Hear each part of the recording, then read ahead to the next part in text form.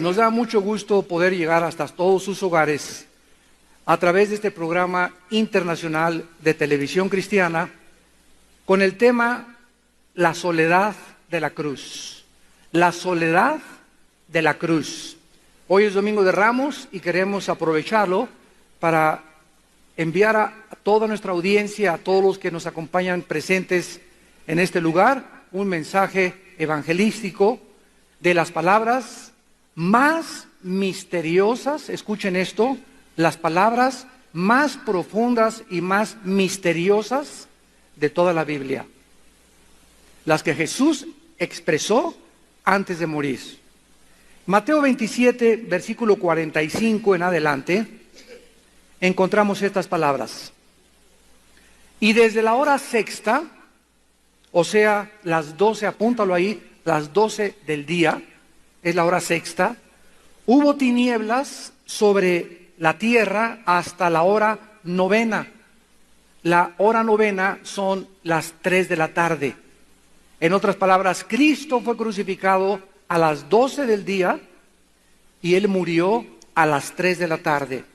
O sea, ¿cuánto tiempo duró Jesús en la cruz? 3 horas. 3 horas duró colgado en la cruz. Cerca de la hora novena, Jesús clamó a gran voz diciendo, Elí, Elí, lama sabactani. Esto es, Dios mío, ¿por qué me has desamparado? Algunos de los que estaban allí decían al oírlo, a Elías llama este. Y al instante, corriendo uno de ellos, tomó una esponja y la empapó de vinagre, y poniéndola en una caña, le dio a beber. Pero los otros decían, deja, veamos si viene Elías a librarle. Mas Jesús, habiendo otra vez clamado a gran voz, entregó el Espíritu. La crucifixión del Hijo de Dios, del Señor Jesucristo, ha sido el evento más extraordinario que jamás haya tomado lugar en el universo. Ya no solamente me limito al mundo, sino en el universo entero, porque afectó el universo fuera de la tierra también. Y las palabras que en esta mañana vamos a analizar, Dios mío, ¿por qué me has desamparado? Son las palabras, el lamento, la expresión de tristeza más profunda que haya Jesús pronunciado en las 3 horas que duró su crucifixión.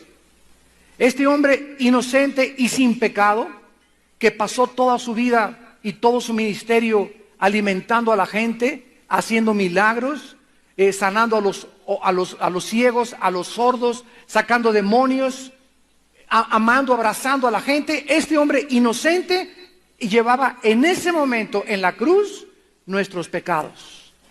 No ha sido esta la crueldad ni la maldad de la historia única que podamos nosotros analizar, pues desde el asesinato de Abel hasta Zacarías, la lista de los mártires ha sido muy larga. Sin embargo, este hombre que colgaba en la cruz no era un hombre común y corriente. No era un ser humano ordinario como tú y como yo, era el Hijo de Dios. Era el Mesías prometido, era el ungido de Dios.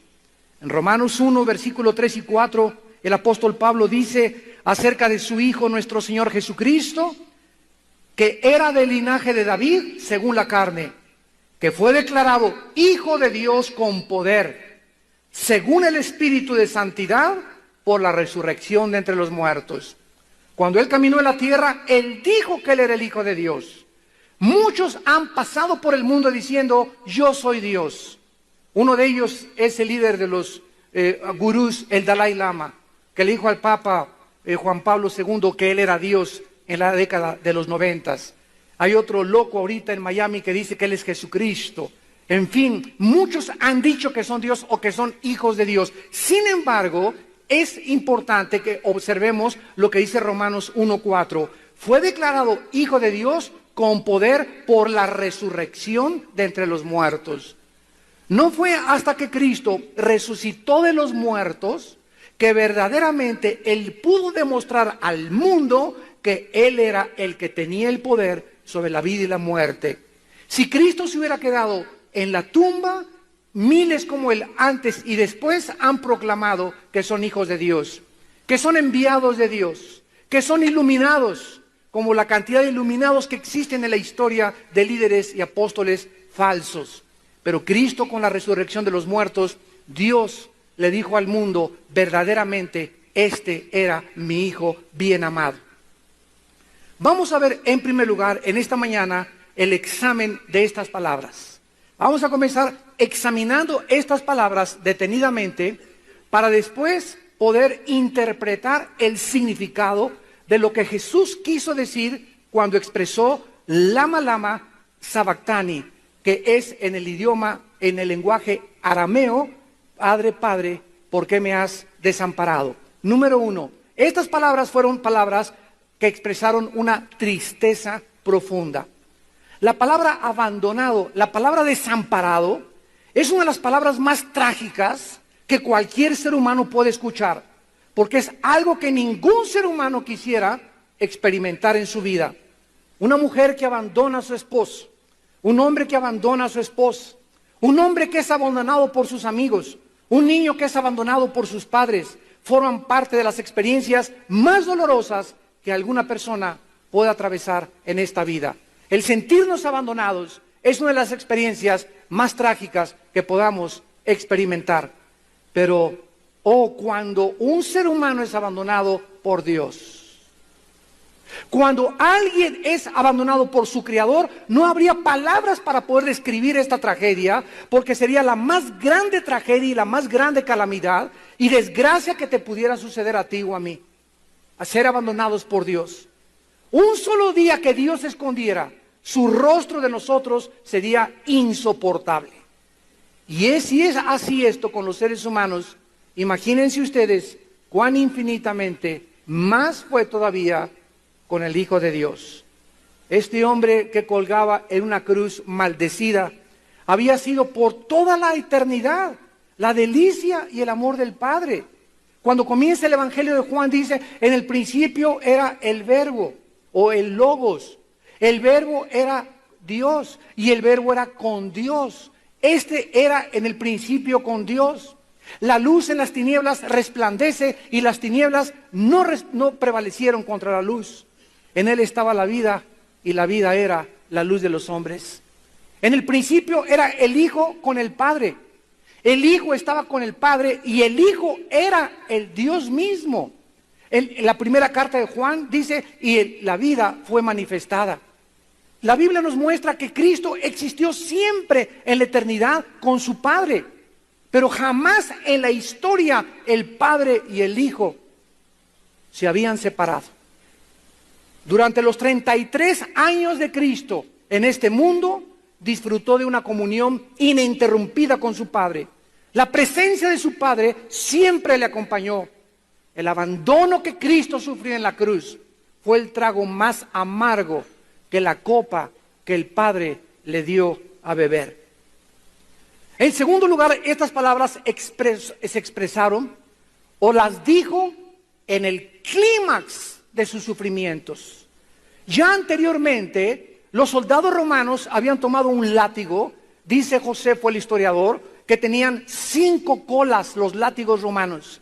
No era el látigo como ese de la Pasión de Cristo, chiquitos, que le daban así. Eran látigos que tenían por lo menos 2 metros de largo o 2,5, con puntas de hueso y con puntas de plomo. Entonces el soldado romano flagelaba a la víctima y se le enrollaba y le daba 2 vueltas o 3 vueltas el látigo, y cuando el soldado romano jalaba el látigo, las puntas de hueso y las puntas de plomo comenzaban a desgarrar los tejidos subcutáneos de las personas atormentadas. A Cristo le dieron 39 de estos latigazos. Cuando acabaron de torturarlo con los latigazos, ya no tenía absolutamente nada de piel, ni enfrente en el pecho, ni en los costados, ni en su espalda. La sangre comenzaba a ser derramada abundantemente. Después, no solamente satisfechos los soldados romanos con haberlo flagelado, porque eran maestros de la tortura, lo hicieron que se hincara y comenzaron con una vara a golpearle la cabeza. Posiblemente le causaron 2 o 3 descalabraduras también. Y después le pusieron unas espinas, y dice Mateo capítulo 27, versículo 27 al 31. Mateo 27, 27. Entonces los soldados del gobernador, o sea de Pilato, llevaron a Jesús al pretorio. El pretorio era casi como una casa de arraigo.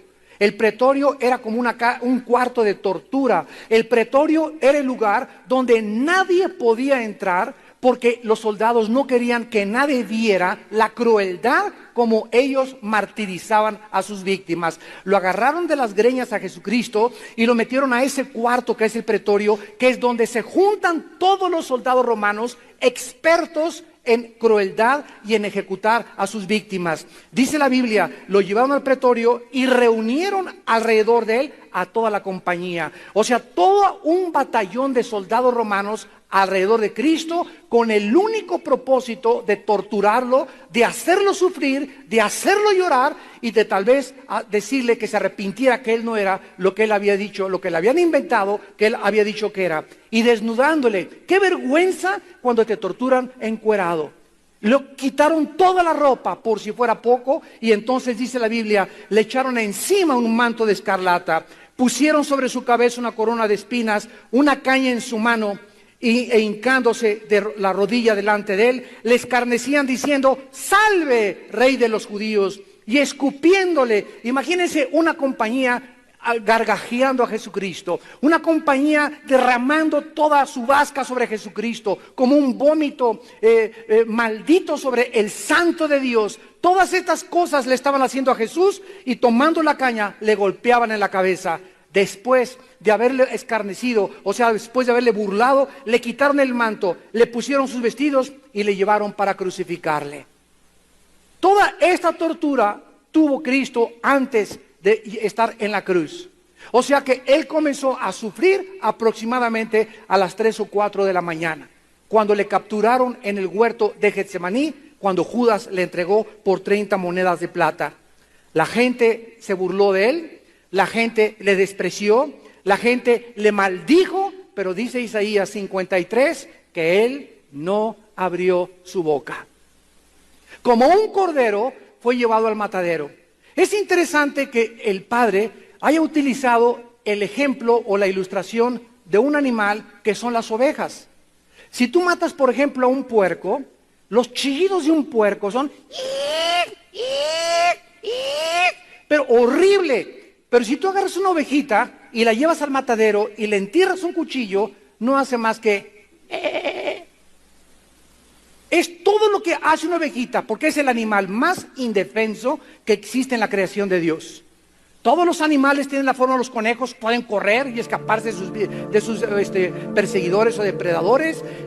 Todos los animales tienen algún mecanismo de defensa contra la naturaleza. Era el universo que hizo que se rasgara el templo, que ocasionó un grande terremoto, que toda la gente no sabía qué estaba pasando. ¿Qué criatura en el universo podría en ese momento, ni los querubines, ni los serafines, ni los ángeles, ni el arcángel Miguel, ni absolutamente ningún santo podría saber lo que en ese momento estaba pasando en esa cruz? Pero aunque estas palabras de increíble tristeza, dolor y angustia, misterio y profundidad son algo que nos asombra, lo más maravilloso de todo es que Dios no nos ha dejado en ignorancia acerca de lo que significó. Aunque es verdad que fue un clamor misterioso, al mismo tiempo se nos revela en la Biblia la bendita solución de por qué Jesucristo exclamó estas palabras.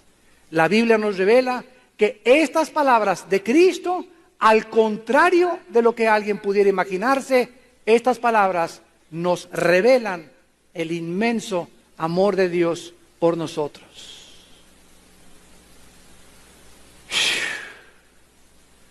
Estas palabras de tristeza profunda para ese hombre estaban manifestándonos a nosotros el amor de Dios y la justicia inflexible de aquel que tiene que castigar el pecado. Veamos a continuación ahora el significado de estas palabras. ¿Qué quiso realmente Jesús expresar con estas palabras tan profundas y tan llenas de angustia? En primer lugar, lo terrible del pecado delante de los ojos de Dios.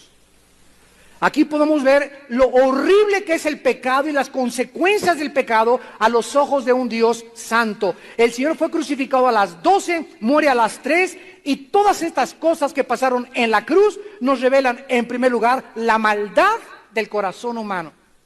Engañoso y perverso es el corazón más que todas las cosas, dice Jeremías 17:9. En segundo lugar, el odio del ser humano contra la luz y contra la verdad. Y esta es la condenación, que la luz vino al mundo y los hombres amaron más las tinieblas y rechazaron la luz y crucificaron a aquel que era el símbolo de la verdad, de la justicia, de la piedad, de la mansedumbre y de la humildad, y escogieron a Barrabás.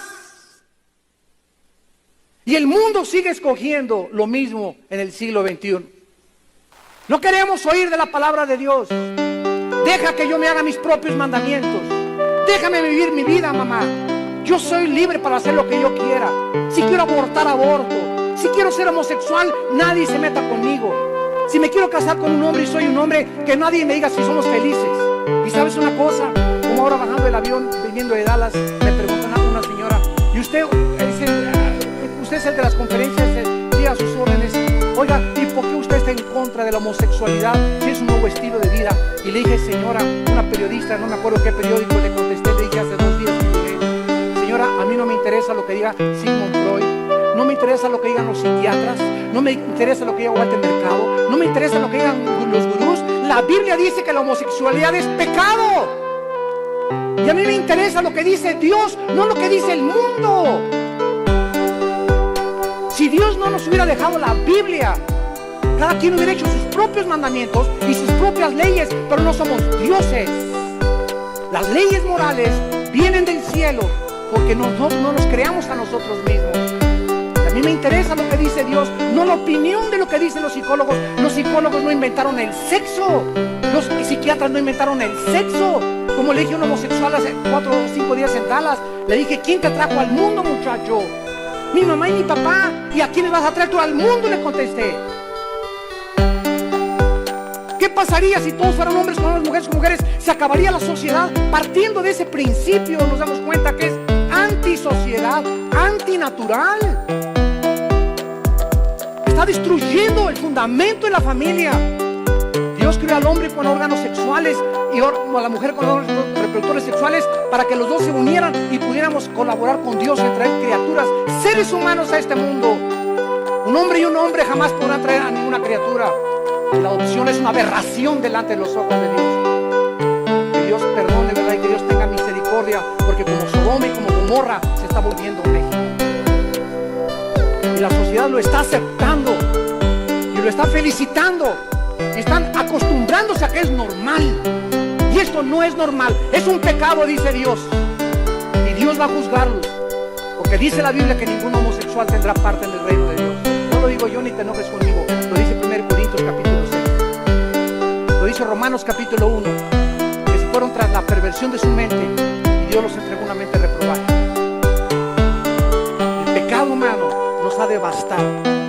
El pecado humano es tan profundo que no nos damos cuenta que la sociedad que nos rodea es una sociedad donde está acostumbrándose a una nueva moral.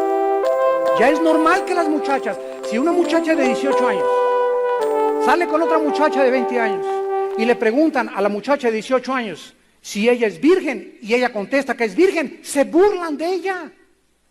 ¿Cómo que virgen a los 18 años?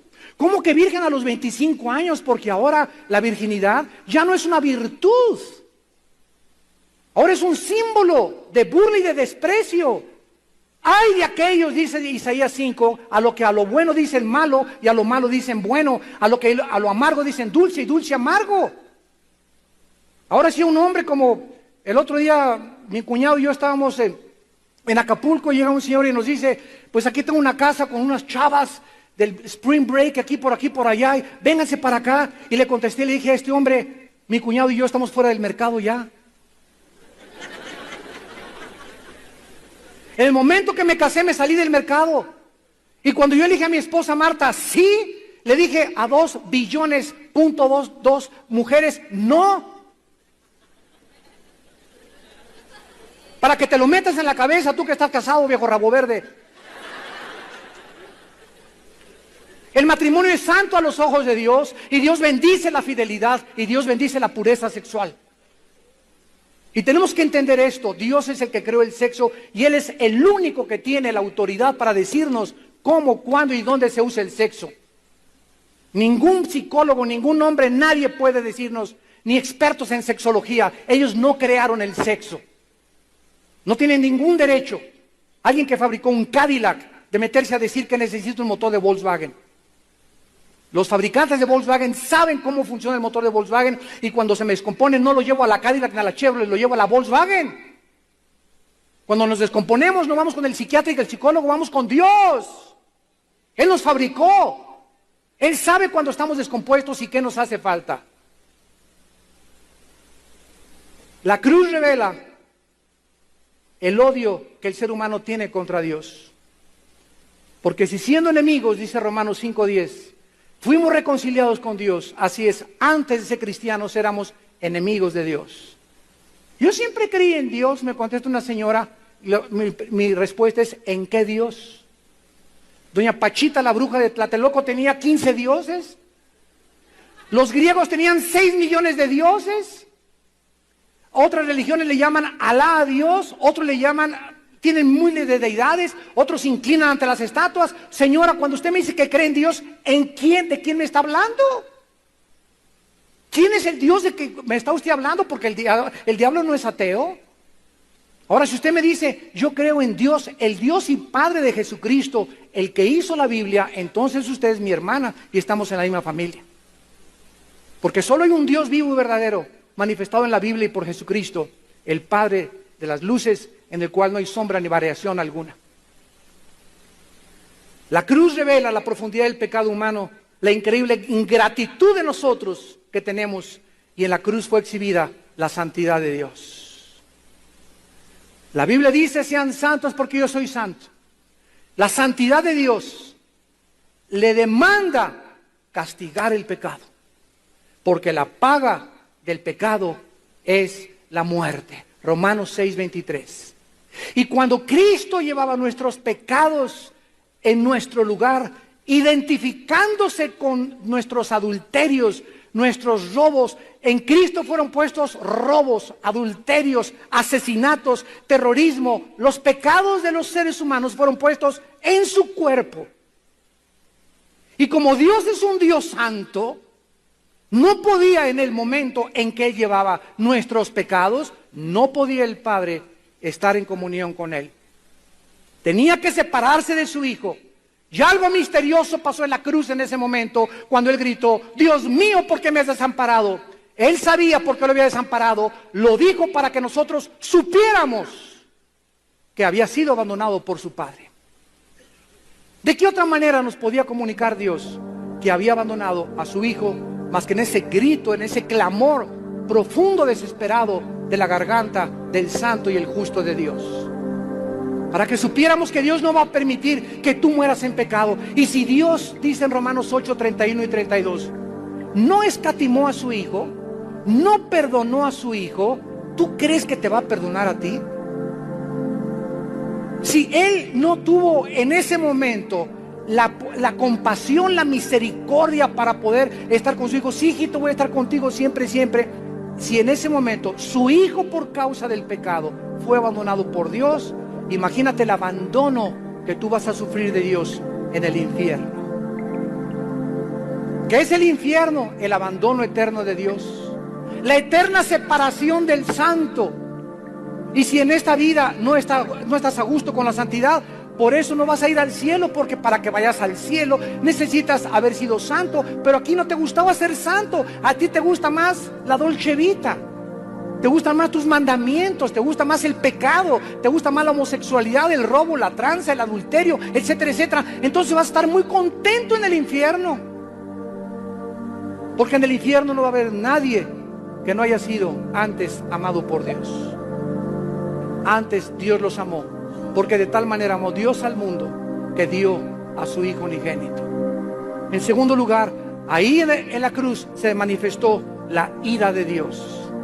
Porque la ira de Dios, dice Romanos 1:18, se manifiesta contra toda injusticia de los hombres que detienen con injusticia la verdad. La ira de Dios sobre el pecado es porque Dios tiene que castigar el pecado.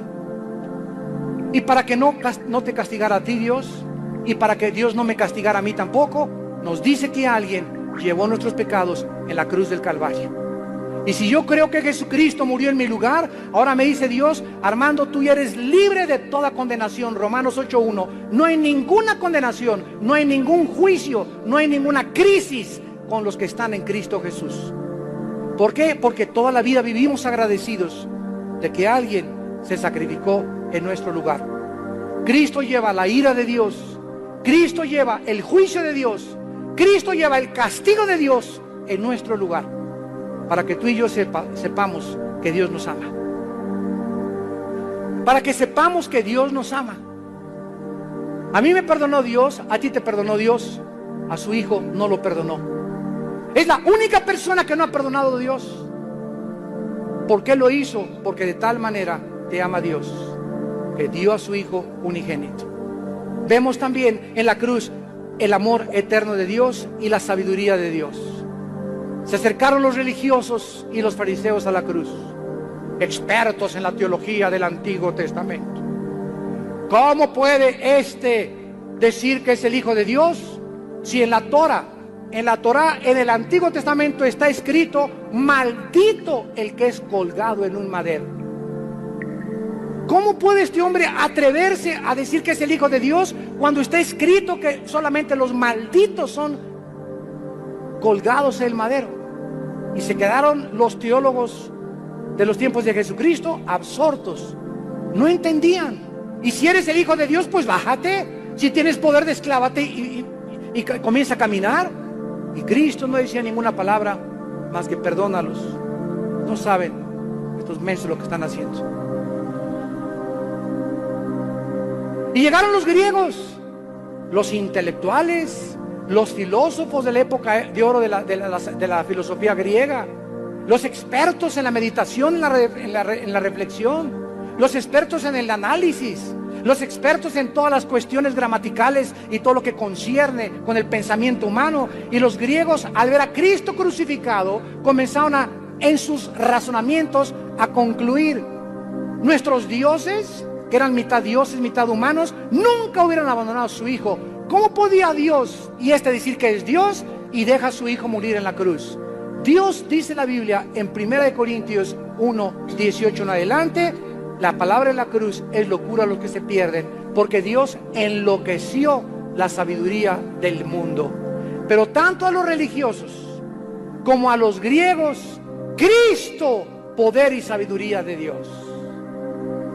Dios enloqueció al mundo para que el mundo no entendiera que esa tragedia, que en ese momento no podía ser comprendida, de cómo podía Dios permitir que su Hijo muriera, Dios lo escribía por sus apóstoles en las páginas de la Biblia, que era la manifestación de la sabiduría de Dios. Dios escogió a través de una tragedia salvarnos. Dios escogió a través de algo incomprensible a la razón humana, pero discernible mediante el Espíritu Santo. Porque Dios escogió a los niños de los sabios y de los entendidos para revelarles las cosas y los misterios de su reino. Y esta es la razón por la cual el mundo continúa confundido. Cristo sí fue uno de los grandes iluminados. Otros dicen que fue primo del Che Guevara. Otros fue un grande guerrillero.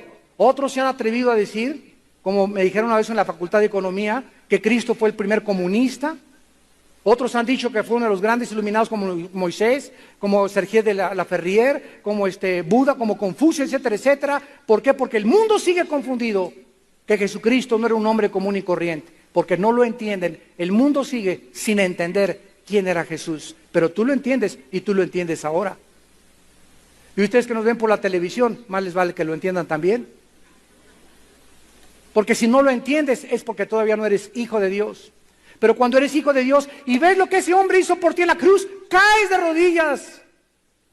Yo recuerdo cuando me convertí en 1974, a las 5, Monte Carlo, a media cuadra de ahí vivía este misionero, y ahí a las 5:15 de la mañana, le hablé a las 4 de la mañana a mi hermano Alejandro: hermano, ya no aguanto mi vida, ya no me soporto, ya estoy cansado de filosofías y gurús, y que me quiero ir a la India, y que los mayas, y que esto y que el otro, y que los comunistas, ya quiero saber la verdad. Y me lleva con este misionero, me muestra el misionero mis pecados, me muestra el amor de Dios, y lloro por casi 40 minutos sin parar. Traía así una bolsa, una mochila de pecados, de lo pecador que fui en mi pasado, de tantas maldades que hice, de tantos sufrimientos que le saqué a mis padres, de las canas que le saqué a mi padre, que murió sin saber que me iba a convertir yo. Y cuando conozco que Él muere por mí, que Él paga por mí, yo no podía ya dedicar mi vida a ninguna otra cosa, mucho más gloriosa, mucho más sublime y más excelsa que conocerlo, que seguir a aquel que dio su vida por mí en una cruz. Y ya jamás me volvería a sentir abandonado. Cuando recibí a Cristo era una persona abandonada. Todo el mundo me había abandonado. Me encontraba en un lodo, me encontraba en un charco, me encontraba despreciado, que quería quitarme la vida. Ya creía que ya se había acabado todo para mi vida. Y la luz entró a través de las tinieblas y vi la cruz, donde Dios me ama y me dice: mi hijo murió en tu lugar, para que sepas cuánto te amo.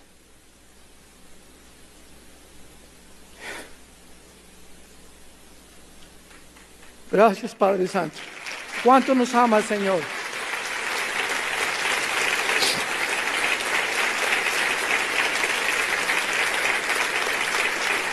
¿Cuánto nos ama Dios?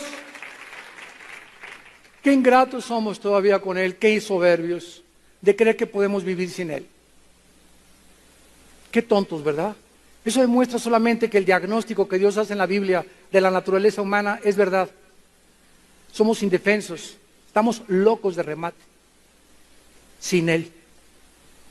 La humanidad ya está desbalagada totalmente. Y a nosotros, los que me están escuchando también por la televisión, en todas las naciones, a nosotros se nos ha encargado el ministerio de la reconciliación para que vayamos al mundo y le digamos: arrepiéntanse, vengan a la cruz.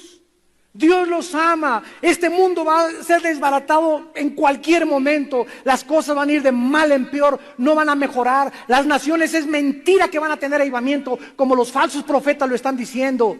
Avivamientos van a ser pequeños núcleos en todos lados. La Biblia no dice jamás que ninguna nación entera vendrá a Cristo hasta que Cristo regrese en el milenio. Tantos mensajes mentirosos que están saliendo por todos lados, falsos paliativos, falsos conforts que le dan a la gente, diciéndole paz, paz, paz, cuando dice Dios: no, no es cierto, viene la apostasía, viene el juicio.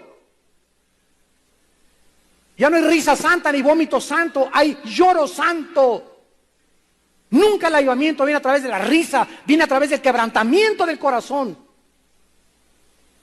Y esta es la razón por la cual tantos falsos profetas abundan, porque el pueblo no quiere estudiar la palabra. Con trabajo compran un CD con 31 conferencias. 100 pesos te los gastas en 3, 4 tacos. Y te llevas un tesoro de sabiduría en 31 conferencias. Y ahí está la mesa para que el que quiera y tenga hambre que coma y que goce de la palabra de Dios. Vayan ustedes a las iglesias, al Istmo de Tehuantepec. Ayer fue una hermana del Istmo de Tehuantepec. Fueron 7 hermanas, otras venían de San Luis Potosí, vinieron de Guatemala a la conferencia de ayer, venían de tantas partes y todos coincidieron: no tenemos alimento. Y aquí la casa está llena de alimento, allá pura chuleta, puro bistec, puro filete miñón. ¿Y cuánta gente sigue despreciando esa comida? Por eso van a ser engañados, porque no quieren aprender ni conocer a Dios. Se conforman con esta torta milanesa al domingo. En la cruz podemos apreciar hasta dónde puede llegar el pecado. En su primera manifestación del pecado, se manifestó en suicidio, cuando Adán se autodestruyó en su propia vida espiritual. La segunda manifestación del pecado en la historia fue un fratricidio, cuando Caín asesina a su hermano Abel, teniendo toda la tierra libre para los dos. ¿De qué tenía envidia de su hermano Caín? Podía decir: tú, la mitad de la tierra te doy a ti, toda Europa, y te doy toda, y yo me quedo aquí en América. ¿Por qué asesina a su hermano estando dos personas juntas, solas en el mundo, con sus padres nada más, su mismo sexo? Se corrompió la sociedad. Y Dios dice que como Sodoma y Gomorra y como los días de Lot, la sociedad se convertirá antes de que Él regrese. Pero en la cruz, el pecado alcanzó su clímax cuando crucificamos al Hijo de Dios. Es el clímax de la maldad humana, del odio contra la luz y del odio contra la verdad. Al santo y al justo, cuélguenle. Nunca vendió marihuana, nunca fue traficante, nunca robó a nadie, nunca dijo una grosería, nunca dijo algo que no fuera santo de sus labios. Y sin embargo, el odio que se vuelca contra él en el palacio de Pilato, no queremos a Cristo, queremos a Barrabás. Suelta al traficante, suelta al terrorista, suelta al ladrón, suelta al bandido, crucifica al justo y crucifica al santo. Ahí estamos todos nosotros representados en esa cruz. Y finalmente podemos entender Getsemaní. Antes de que fuera la cruz del Calvario, Jesucristo, la noche anterior, tomó a los discípulos y se fue a un huerto llamado Getsemaní. Cuando vayan a Israel, no se pierdan visitar Getsemaní. La palabra Getsemaní significa aceite prensado.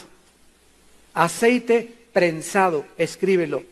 O sea, algo que aprieta y que hace que salga el aceite. Cristo ahí en Getsemaní comenzó a entristecerse en su alma. Cristo sabía exactamente que a las 3 de la tarde del otro día iba a morir. Cristo sabía exactamente el día, la hora, los segundos, la semana, el mes, el año en que iba a morir. Sabía el tiempo que le quedaban, 3 años y medio nada más, para cumplir la misión de su Padre. Y ahí en Getsemaní Cristo comenzó a entristecerse en su alma. Y entonces le dijo a 3 de sus más cercanos colaboradores: acompáñenme por favor a orar, porque mi alma está angustiada hasta la muerte. Y entonces Cristo se hinca y comienza a gritarle al Padre: si es posible, en otras palabras, Padre Santo, yo sé que para esta hora he llegado. Glorifícame con aquella gloria con la que tuve contigo antes de que el mundo fuera. Pero en la humanidad de Jesús, porque era 100% humano y 100% divino, Él tenía que experimentar lo que nosotros experimentamos en este cuerpo que tenemos. Y ahí en su humanidad le dijo: Padre, yo sé que para esta hora ha llegado, pero si es posible, ¿habrá otro camino para salvar a la humanidad? ¿No les podrás decir: Padre Santo, pórtense bien mis chiquilines, cada quien siga su religión y nos vemos al final allá en el cielo? ¿No les puedes decir que con sus religiones, cada quien con su religión, todas las religiones salvan, como se ha propagado equivocadamente y filosóficamente? Padre, ¿no podías mandar al arcángel Gabriel? Mira, es muy bueno el arcángel Gabriel, nunca ha pecado, no se rebeló contra ti. Miguel es un santo. Tus querubines que te dicen santo, santo, santo, ¿no podrías mandar a uno de ellos y que ellos pagaran por los pecados de los seres humanos? Y la Biblia dice, santos de Dios, que en la sabiduría infinita y profunda del Padre no existía ninguna otra alternativa, porque sin derramamiento de sangre no hay remisión de pecados. Hebreos 9:22. La única forma en la que Dios podía salvarnos era Él mismo, tomando forma humana, naciendo de una virgen, extender sus brazos para que fuera de la cruz nadie pudiera creer que hay salvación. Y esta es siempre mi argumentación con las personas que me alegan que todas las religiones salvan. Si las religiones salvaran, ¿para qué murió Cristo? Pregúntate lógica y racionalmente. Fue un desperdicio. Entonces, ¿para qué murió Cristo si las religiones son suficientes para salvarnos? Porque tuvo que sufrir lo que sufrió Cristo y ser abandonado por su Padre en la cruz. Pero sin derramamiento de sangre no hay perdón de pecados. Eso fue lo que Dios escogió y lo que Él determinó en su infinita y sabiduría universal.